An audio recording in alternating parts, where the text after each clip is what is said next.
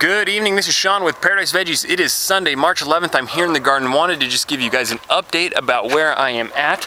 Over here I have my carrots. I think because it's warmed up so much this week that they've really put on some growth, so hopefully soon enough I will have something that's edible.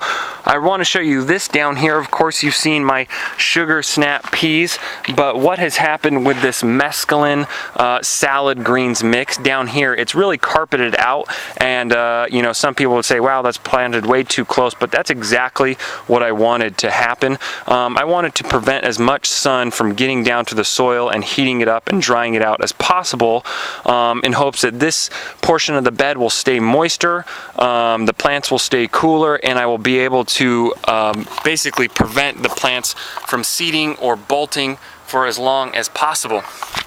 Over here I have my radishes that I've planted, and of course I didn't read the directions prior to planting them, but what I ended up finding out that it was each packet should have basically did a single 30-foot row. So this is a 4-foot bed. Each packet should have did at least 7 full rows, not just 2. So I think I'm grossly overspaced. So what I've been doing was just going through and kind of picking any of the radishes that looked sufficiently big and you know, picking them to give the rest of the plants some room. So I have my French breakfast right here. I think this is called Cherry Belle. And then these last 2 rows down here are white icicle, but I don't see any that are impressively big enough to plant. So maybe that's indicative that I need to thin this bed, especially. That brings me to my next point. One of the things I noticed when I was gardening is that I could never really keep the soil moist. It always seemed like it was drying out very, very, very fast.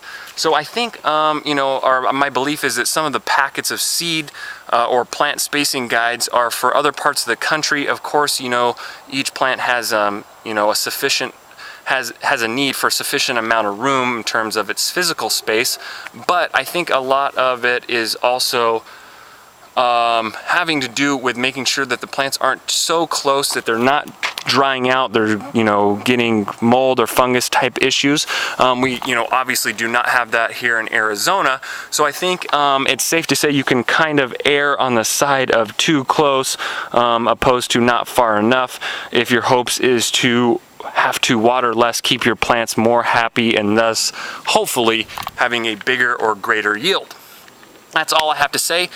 Post a comment, send me a message, make fun of me, whatever you want to do. Have a wonderful week. See you guys.